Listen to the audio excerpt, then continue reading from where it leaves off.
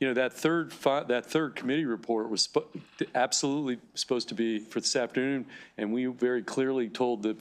So everybody stepped up, either winged it, that last report.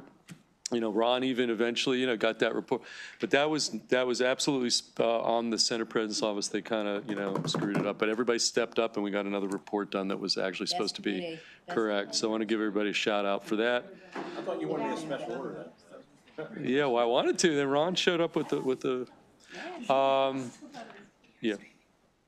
Okay, we are streaming, so I have to be careful what I say. I can still say best committee on streaming. I'm just going to say. Okay, so we've got. So we put out Senate Bill 175. You know yeah. In fact, before I do that, can we just take a 1 minute break? I left my stuff in my office on that bill, and so I will return in 1 second. Oh, no.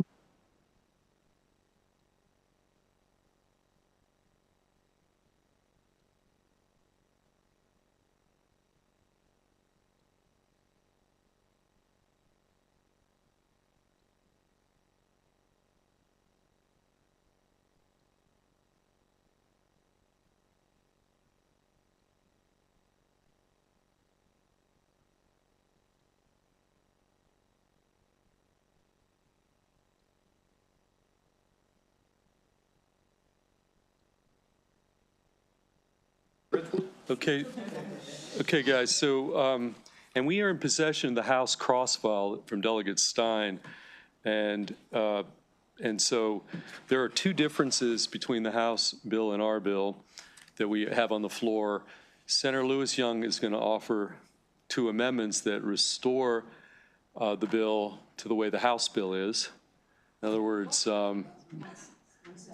Yeah, 175, the pipe bill. So let's go back. So Devin, just refresh everybody's mind about this is, you know, safety bill with tubes and we made like two amendments, and she has offer an amendment to kind of put it back. But I think it's worth a conversation here. So before we take a position, or I take a position on the floor about her two amendments, I'd like to at least get a conversation going. So Devin, just refresh everybody's memory of what 175 does.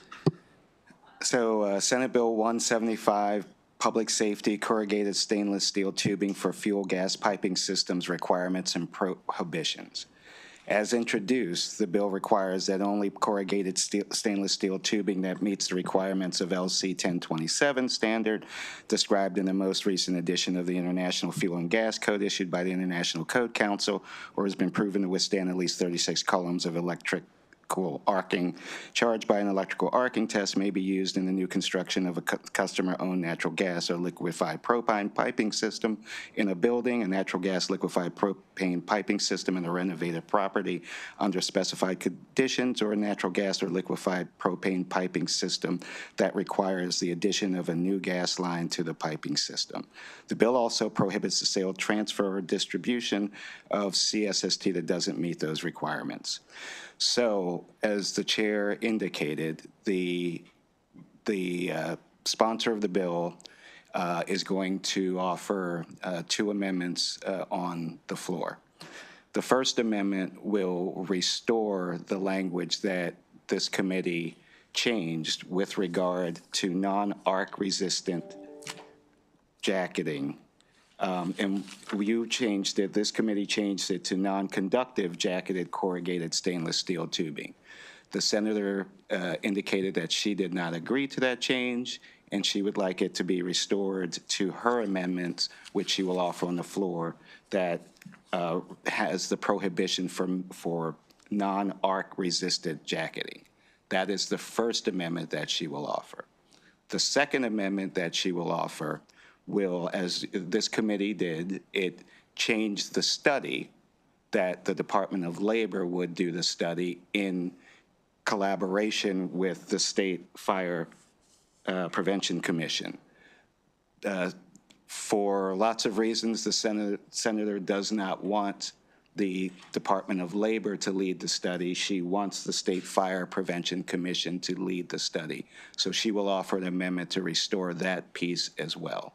Okay, so there's two separate issues. She's got two separate amendments. Taking the second one, if you recall the study language, you know, we put the Department of Labor being the lead, and then we say in collaboration with the State Fire Prevention Commission, State Fire Marshal, local inspectors, because we wanted a third-party independent entity to be the lead doing the study, as opposed to one of the other entities that is collaborating actually has taken positions on this issue. And so the idea of an advocate, in effect, being the lead seemed, I think, to us, when we had the discussion, to not make a lot of sense. But, so that's why, to me, to be honest with you, I still think that makes the most sense. They're still going to consult with the state, as opposed to the House version, which has the Office of State Fire Marshal actually being the lead, and they'll consult and collaborate with Department of Labor. It's the opposite. So, but she's going to offer an amendment to put it back to the fire marshal being the lead and labor being like a second-tier consultant, as opposed to our product, which having a third-party independent state agency. So anyway, any just discussion, conversation? About any? Okay, so I'm going to resist that amendment when she offers that, okay? Is everybody, any dissenting view on that? Okay.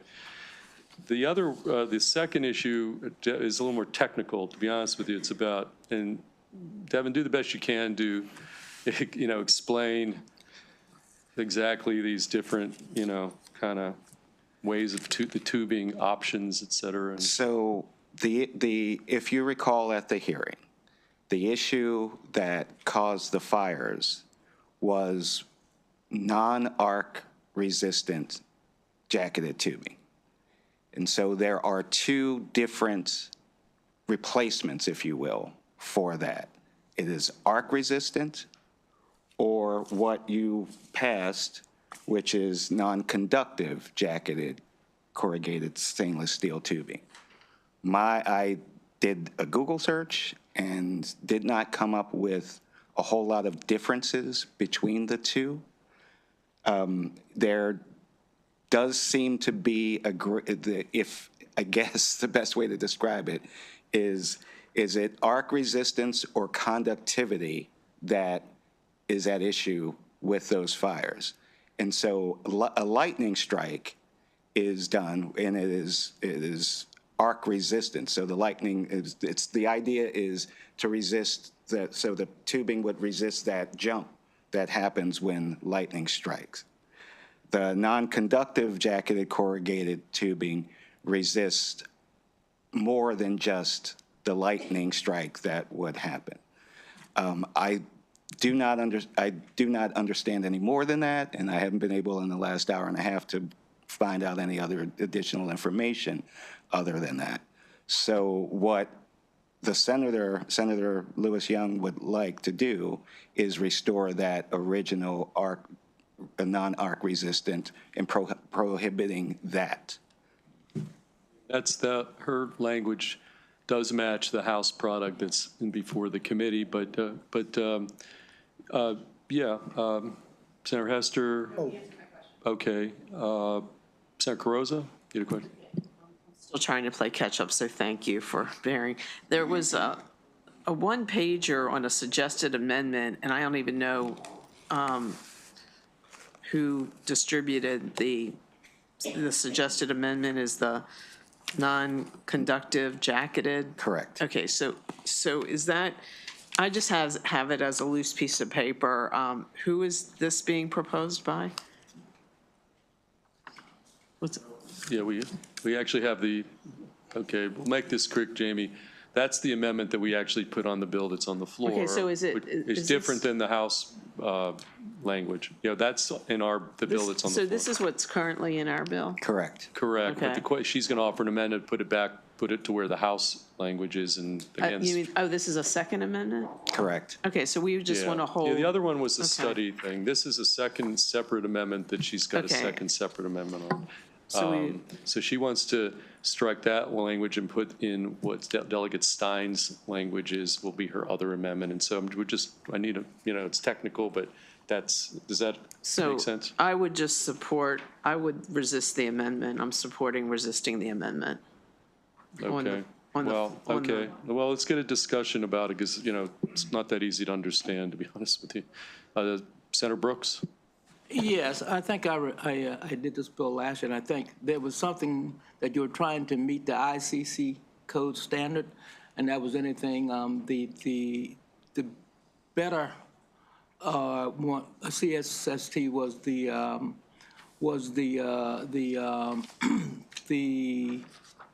one that, the non-arc, not the yellow jacket, I think that was the one that they were supporting. Correct. Yeah. So the idea of that you heard last year and that you've heard this year is the yellow jacketed tubing is what would be banned with either amendment. Okay, that would be bad. Okay, okay. So if it is non-arc resistant, it would be banned with the Senator Lewis Young's amendment. If it is non-conductive jacketed corrugated, it would be banned with that amendment that you put on So they the wanted bill. to elevate everything up to the ICC. That was the. That was the original bill. The original bill, those elevating it to the ICC and doing that LC standard was stricken from the bill Stricken, okay. with either set of amendments. Oh, I see. Okay. All right. Thanks, Chair. Okay, any other technical questions? Yeah, yes, yeah. The operative different words are, again, can you just share that one more time? So the differences is the two operative words are arc resistancy versus conductivity. So, Versus resistancy to conductivity? correct. So what I have learned or been told that either solves the problem, but the non-conductive jacketed corrugated stainless steel tubing is better. Better as far as Safe, that's better. Yeah, more resistance. So what I have been told is that what this committee put on the bill as an amendment is more safe than what the senator now. is correct. Okay, well, But, if it's more but- safe. All right. Okay, I'm reluctant to do this, but Mr. Gregory, since you're the one that brought that language, is anybody okay with him at least giving some additional explanation? So, yeah, because Just that's information the comes language to that's the on the table. current bill on the floor. So Jamie, Gregory, just be very Introduce brief yourself because and we've got where it. you're I don't want to spend too much more time on this. Yeah, I'll go quickly. Oh, yeah. So tell us who you are and who you're affiliated with, that kind of thing. Sure. Jamie Gregory, and I represent Omega Flex, which is one of the manufacturers of corrugated stainless steel tubing. If I to the different options here. So there's the one that you're recommended. Is that something your company uses or produces or what? So all manufacturers make black, non-conductive. The language that you put in the bill will require black only in the marketplace. Non-arc resistant, all jacketed CSST has some arc resistance. So by using non-arc resistant, you're not banning yellow. And as Devin noted, yellow was the product in both the Frederick and Howard County fires. So Devin was correct when he said the language that you have in the bill is actually stricter, to be honest, than the underlying bill that. Okay, thank Yeah. you. Yeah, go on. The words we were talking about were non-conductive, right? Correct. But to an extent, both yellow and black are non-conductive to an extent, right? Correct. But there's still nothing that really discriminates. How does that wording absolutely negate yellow tubing? So, because you flipped it. I'm sorry. Both of them are non-arc resistant. Yes. But both of them are arc resistant to different levels. Yes. But only black is non-conductive. Okay. No, I said that backwards. Only black is conductive. I'm sorry, I said that backwards. You're correct. Absolutely, yep. Senator Augustine. Since we're going to do the study language different, Yep. they're not going to be in the same posture. That No, is that's correct. So true. it just doesn't That matter. is correct. Yeah, I mean, we'll have a little conference. We can do what our colleague has asked, you know what I'm saying, on the first one. We're going to reject the second one. Just my suggestion. They're Okay. not in the same posture at that Yeah. point, and we Okay. can have more time to figure it out. You hear you, so we're going to have a little conference, by taking that, changing that study language, the bills are going to be slightly different anyway. So this will maybe, okay, so I'm going to suggest we take her First Amendment. Yeah. And then we learn more, and by the time we have a little conference committee, we'll figure out this first one. I think it's just going to simplify our little floor time here today, Yep. okay? Okay, I think that's an excellent suggestion. Yes? Department of Labor. He flipped. Well, that's a study, we started, well, it's this, later, the First Amendment that we took up had to do with staying where we were on the study, having Department of Labor be the lead. And we're keeping that position. We're keeping our position on Okay. that. And so we therefore we're not going to be in the same posture no matter what we do with this second, this other amendment about this technical issue. So I think maybe give us just more time to work that one out. Yes, Senator Simonetti?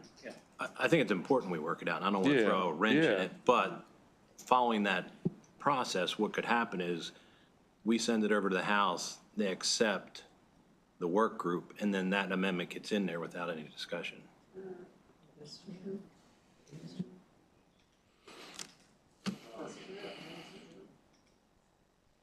Esther? I thought we I had. would just like to request, like, a table. We got the black and the yellow, and which one's arc resistant and which one's not, or maybe they both are, and which one's non-conductive and both of them are, and then which ones have been in which fires. Like, just all on one page. I'm a visual person. I just want to see it on paper.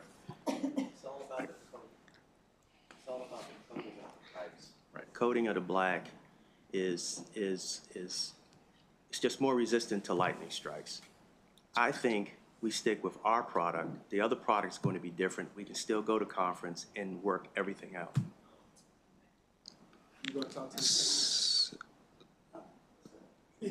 One more time, what did you just propose? Reiterate. Product As is. as is. Okay. It'll be different from the House. We have to go to conference and let the sponsor be in there and work out. Okay. So we'll just stick with our guns and resist both amendments. Okay, we're good. Let's go Thank you. now to Senator Washington's bill. Send it to Senator House. Senator Mary Washington on Senate Bill 891, April.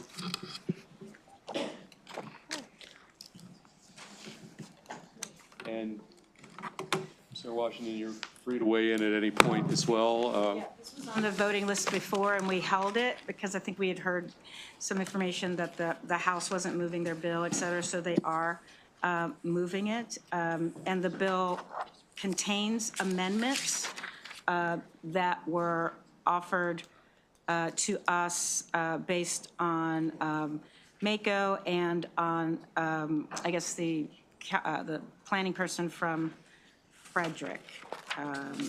And if staff could, maybe could review what those amendments are, because it changes what buildings are being considered, and it narrows some other things.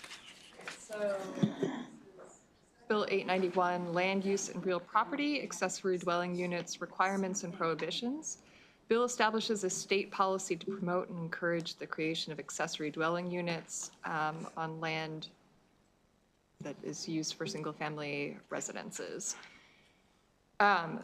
So distributed both, there are the amendments being offered by Senator Washington, which are the amendments in reprint are on your package. But then Senator Washington also just wanted everybody to be aware of similar but not identical amendments being considered in the House Bill 1466. Those are also in the packet behind Senator Washington's reprint. I will be honest, I have not had a chance to look closely at the House amendments, but Senator Washington's office has gone through and made a table, which was also distributed, which should summarize some of those differences. But again, it's still going, the House version is still going through, so we don't know what those amendments are. So I'm not offering them. I just like to be transparent that there could possibly be a difference and that we could work it out. But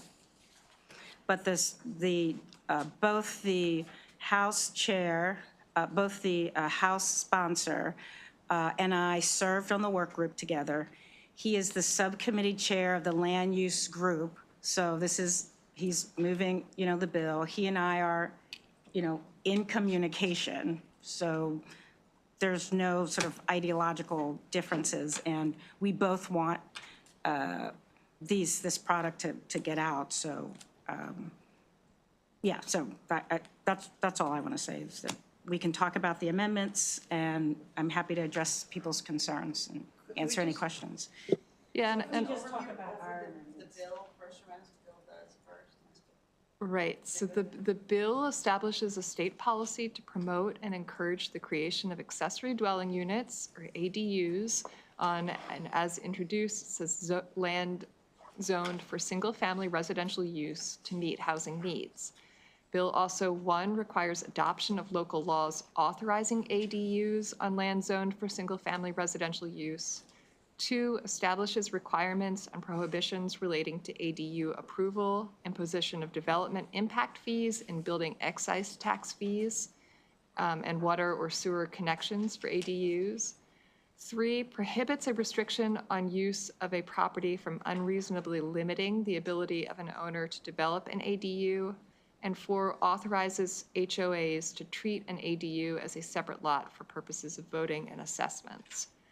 Senator Washington's amendments authorize or alter the definition of ADU and dwelling unit, narrow the scope of the bill to apply to the development of ADUs on land with a single-family dwelling unit as the primary dwelling unit rather than all land zoned for single-family residential use, authorize local jurisdictions to adopt local laws establishing safety standards for ADUs or prohibiting the conversion of accessory structures as ADUs if the only vehicular access to the structure is from an alley, strikes requirements for local ADU laws and instead just requires such laws to provide for construction of ADUs that meet public health, safety, and welfare standards, including relevant building codes and adequate public facilities provisions, and exclude the development of an ADU from the calculation of density and application of certain measures limiting residential growth, strikes restrictions on local ADU laws and retains only the prohibition on 1, establishing setback requirements that exceed existing accessory structure setback requirements, and 2, setting conditions for approval of a zoning unit permit for an ADU based on subjective criteria, provides for the tolling of the 90-day approval requirement in the bill if the applicant fails to provide specified documentation or respond to specified information request, alters development impact fee and building excise tax provisions to provide for the fee to be set at an amount that is consistent with existing impact fees and excise taxes, alters provisions regarding water and sewer connections, and prohibits unreasonable limitations on the ability of a property owner to offer an ADU for rent. I'll say what those mean. So before, the bill said that you could just require a separate water sewer connection, even if existing connections existed. This says you can't do that. It also says that you can, which the original bill says you couldn't do any setback requirements. It says you can have a setback requirement, but says it has to be the same as any other building. And before, it didn't really allow the locals to charge different impact fees for different sizes, and my amendment allows them to do that. So if there's an ADU that's 700 feet, you can charge one set of impact fees, and then, or if it's bigger, this was something in terms of some of the locals who were, a part of the committee, of the work group, like this and wanted to be able to set fees for, revenue that they would, need for this additional housing. And instead of saying that you couldn't have any requirements for parking, it says you can have requirements for parking, but it does set a limit of one space per ADU. And then this does say that you have to limit, it does on local government authority, just set a criteria for, similar to the bill we passed, the governor's, some of the other work we passed last year about making sure that there aren't unreasonable restrictions. So, and the biggest one is limiting it to not allowing really for there to be new ones built on new open land. It has to be existing. So more thinking of someone's, a carriage house behind your house, a garage, as long as it doesn't open up into an alley. That's that one thing. Wanted to make sure that people couldn't put an ADU like right on an alley, so you can't do that. But if you had a garage on your property and it opened up somewhere else, then you could do it.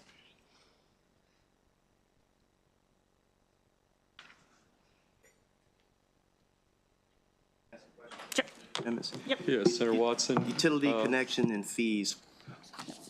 Why would you not like separate water sewer connections? It seems like if you have one, that's a big burden on the person who owns the primary residence. Now they really have to play landlord and figure out, discriminate how much one property used versus another to get billing. The ADU wouldn't be owned by, this would allow, this would be your property. So you could decide whether or not, well, that the county can't force you to run a separate line if the existing line is sufficient. So there has to be, the county can evaluate it, and the county says, look, this isn't sufficient, then you have to do another line. If it's... Ultimate decision of the property owner. No, it is not. You still have to abide by, all existing public safety. I get it, but in rules, effect, the way I look at the ADUs, you got a rental property in your backyard, and you'd like it to be as self-sufficient as you can with minimal overhead from me as the owner. Right. And if there are two separate connections, they'll get their own bill, and if Okay. their water gets turned off or power gets turned off, that's on them. It's not impacting me, my bills, or my primary residence. Right. So you wouldn't be prohibited from doing that. You just said that You're I not would. prohibited, it's just it's not required. I thought I heard you say something differently. No, you wouldn't be prohibited from doing exactly what you say, you just wouldn't be required. Okay, Yeah. okay. The language in the bill is that a utility may not require the use of a separate connection between an accessory dwelling unit and the water or sewer main if the existing connection is sufficient. Yes, sufficient, is sufficient. Yeah, if you think of the apartment complexes, there's like one water line going into the house, right? And then once it's in the house, it gets divided up, yeah.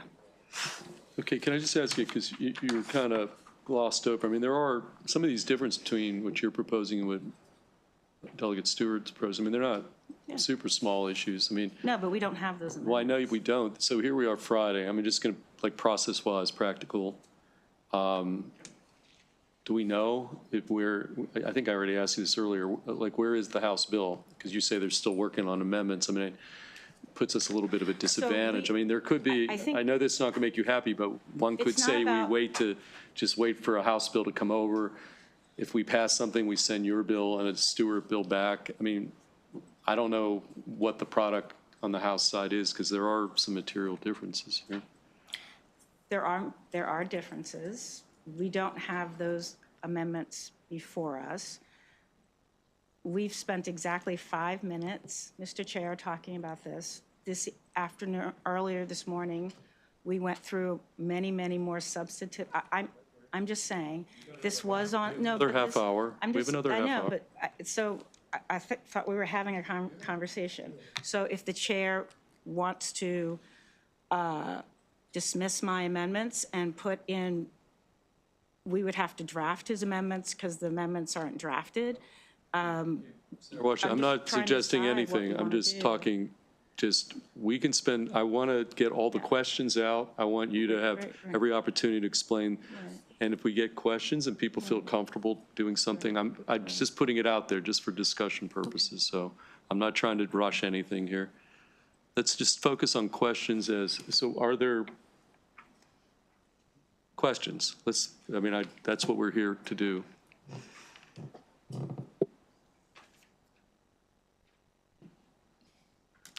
Senator Hester?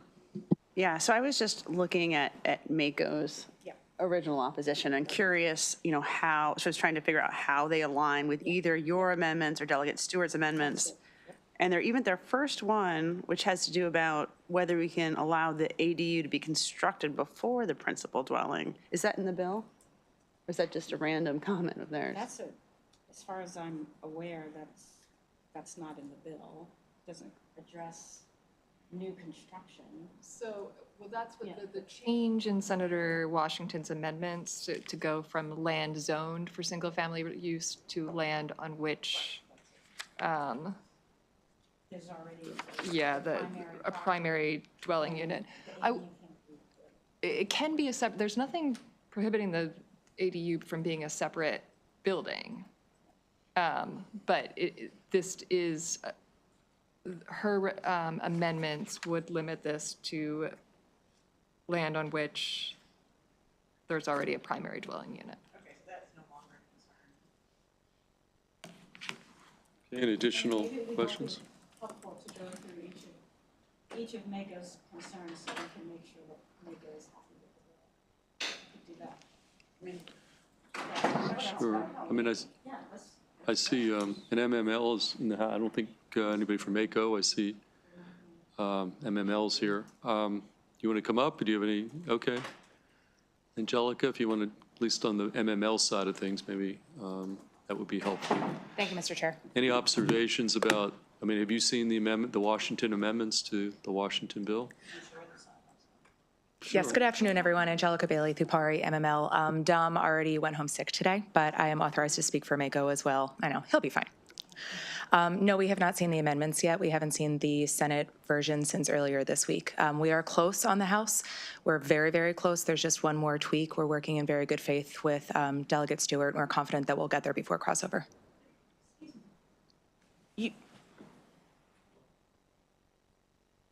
They're the same ones from earlier. Oh, okay. That helps. Thank you.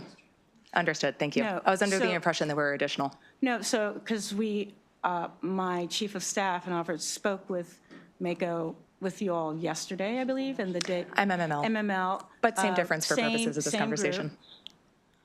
And we've had these amendments for quite a while. I just I don't want the committee to have the impression that my bills, that the amendments were not reviewed or seen or communicated with MM. Yeah, well, I think she thought that there were new amendments, but you clearly saw the amendments, so I think that's not the issue.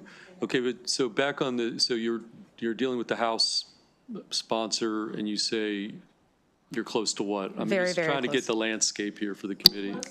Yeah. No, I get that, but I understand that. Okay, can you just be a little more precise? Yes, of course. There's one line in the current version in the House that we've been working on that deals with some subjectivity. I want to say page 4, but I could be wrong.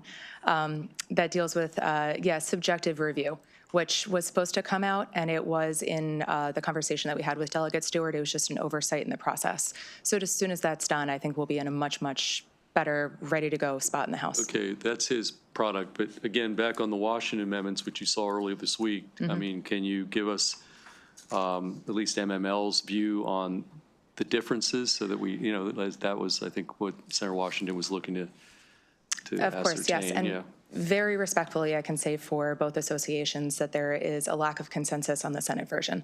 If we had the choice, we would much prefer to go with the House and continue to work in good faith with both sponsors. Okay. Washington, I mean, again, this is the conversation, you know, that we are where we are. What would you prefer to do? What's your preference as far as proceeding forward based on what we just heard? If the MML Mako position is relevant or important to you? Accept the amendments that are before them. The House bill will come over. If the committee prefers the House amendments, then certainly I have no problem with the House conforming the Senate bill, but just to the House amendments. That's kind Okay. of what, I mean, we don't, to me, this is an interesting practice of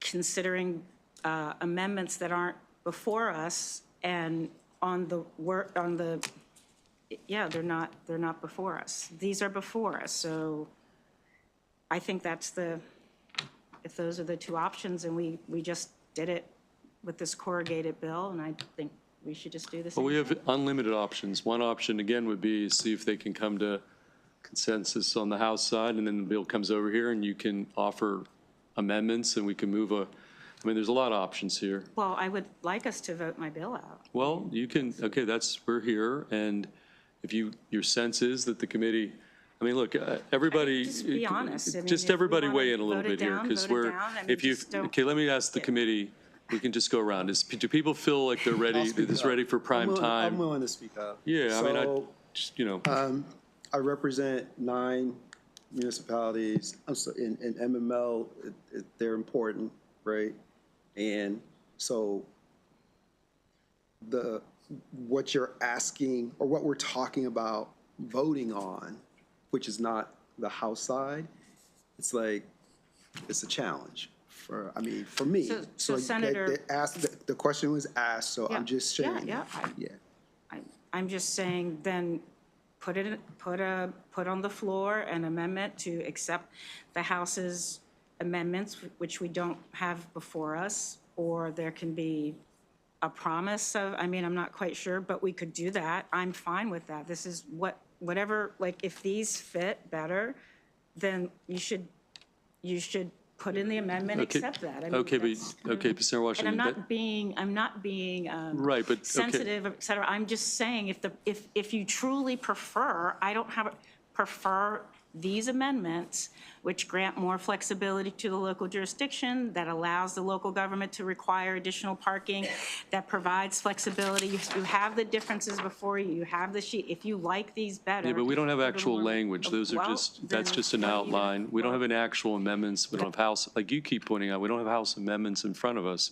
So the only option on the table are you're the senator and you're in this committee, and you are, to Senator Augustine's point, asking for a vote on your amendments, and there's clearly some pushback from probably Mako and MML. So that's where we're at. I mean, we're not taking up House amendments right now because we don't have anything in front of us. And we can't vote on a chart, you know, that's, I mean, we can't vote on, Provided that as a. no, it's a tool. No, it's a tool. Again, I provided that to be transparent about what was. I the think we all agree differences, with that. and This is so- helpful. This is very helpful. But we can't take a vote on, if you like the Vaughn Stewart, I mean, this isn't in a format that we can actually vote. Either vote the bill, or, I mean, I don't know, we're holding it till Monday? I mean, I'm not sure. Somebody has to make a recommendation, because my recommendation is that we vote the bill, and that I'm happy to, I work closely with Delegate Stewart. They're, we don't we both very much want something to move forward. And so. Okay, well, I guess What do you wanna do? I'm sort of suggesting is, let's see if the House produces a product prior to crossover, which seems likely, we get that here. You then, we will then work together, hopefully, to maybe work on a product that has your input. And we send a Washington Stewart bill potentially out of here. both bills, and that's kind of like how the process works for a lot of bills. I mean, I know that you want us to take a vote, and there's probably, I think, a little lack of comfort jamming out a vote on amendments that are opposed by MML or MACO. I mean, like, I think that's the reality right now. The committee could request the amendments. They've been drafted. I believe Stewart's, your possession, we have Stewart's amendments. Well, I have the draft ones. Yeah. In So- here, and I right, so believe if- they're in process. Right, but- so if the committee, can wait a couple, get it, look at those, if you prefer those, which are endorsed, and that would these amendments remove the opposition to the bill, is that correct? No, she said that they're almost there, not there. That's. No, so, all right, so this is what I want to be clear. So even though we're going to drastically reduce kind of the work of the work group that's been working for over a year and a half, this is like the 4th year that we've been moving forward to this, and came to a consensus where all of the entities that had challenges are now in agreement, and you'll see in terms of the favorable letters. And so before us is a more than consensus document, which I have offered significant amendments to even narrow the scope down. So we could vote that. But if the committee prefers to take the amendments, then we should just get them drafted and then vote the bill. I don't really think it's necessary to delay our work any longer if we're just going to accept delegates, which aren't awful. They're not perfect, but I am fine with them. So we have the language, so we could adopt it. You could read the language that is currently in the bill that is going to get passed, pass those amendments in concept, put those on the bill, and go Okay, forward. Sarah Augustine weighed in a little bit. Anybody else want to weigh in before we kind of just have to make some decision before we have to go to the floor in 15 minutes here? Do people feel sufficiently comfortable taking a vote on any amendments right now? Or would prefer to defer to a later time? I mean, I'm just looking for a little comment and feedback from the committee here. Senator Hester? I just want to clarify, I mean, do we have Delegate Stewart's draft amendments in the package? What I have here is current, that's in this voting, or in this packet, is current as of 9:30 this morning, 9:30 a.m. So I think it might not have that piece that. It'll have 5 of the Okay, but did they meet today? Did they vote? Have they voted what you're looking at anywhere? The subcommittee, the full committee, any? Because where I was going with this is like, could we adopt the amendments that we have? They're voting tonight. I don't know whether it's the subcommittee or the full committee. I think the full committee is voting, okay, on this package. I've already voted this out, and now it's at the full committee because of its own. And then, so vote out the. And I'm sorry, I'm getting updates from amendment office, says that there are slight changes from the morning version, but. Okay, well, I mean, this is, we can't just wing it. Like, we're, state senate here. Like, you just can't, like, wing it as things are evolving during the course of the day. I mean, I don't want to be that kind of committee. Yes, Vice Chair Kagan, then Senator Carrozza. I think, Senator Carrozza, do you want to, I think Senator your light Carrozza? was on first, if you want to Yeah, go. Senator Carrozza. Either way. Okay. Okay. Vice Chair Kagan. Thank you, Mr. Chair. First off, I want to honor that Senator Washington and her staff have put a lot of time and a lot of work into this issue. I like ADUs. I like also local control, but setting guardrails and all that. So I am interested in knowing whether MACO and MML like a finished product or like an almost finished product. So I'm all in for continuing to talk about this, and whether that's Monday morning and we, in good faith, see what the House has done and all that, and even if it doesn't make it through third reader and all that before crossover, it is clearly in process, and we can continue to have the conversation.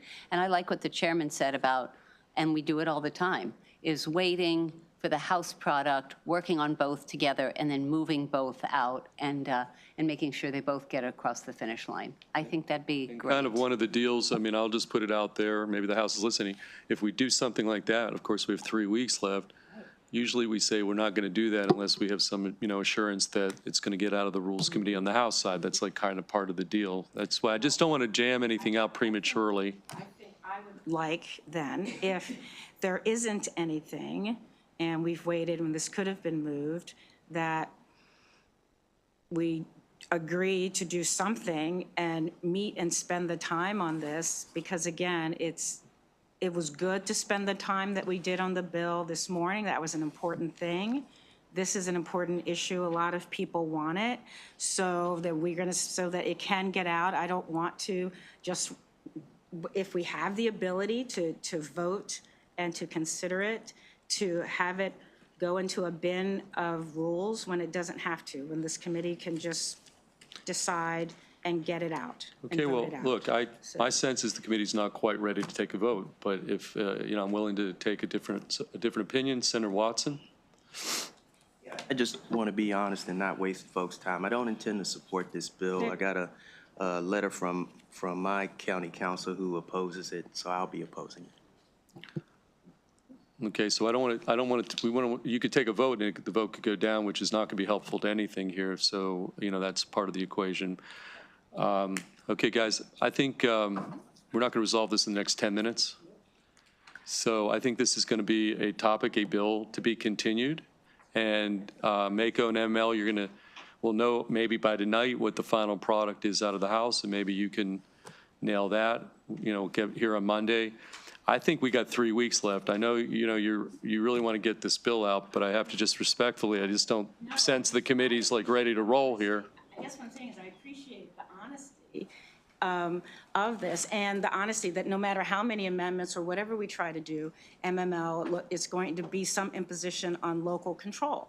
And so that we just have to decide, as the state of Maryland, do we have the right to set some basic standards? So, because these things are happening, you've heard people testify about the negative economic impact on their inability to have a grandmother in the back, to, if they are sick, to be able to have the person that is unrelated to them live in the same house with them, where we have rules that unrelated people can't be in the same, on the same property. So these are actual problems that our constituents have that may come into conflict with certain prohibitions and historic prohibitions about housing in communities. And so that is the case. And then sometimes we are going to take positions that, as this in a state interest, that have to challenge local, necessarily have to set standards for local control without taking it away. Can I just say, Sarah, we have several bills in the committee right now that the locals hate, okay? In the energy, so it's not as though we're taking our walking orders for Mako or anybody else, so. Thank you, Right. Chair, for saying that. I'm reminding the committee.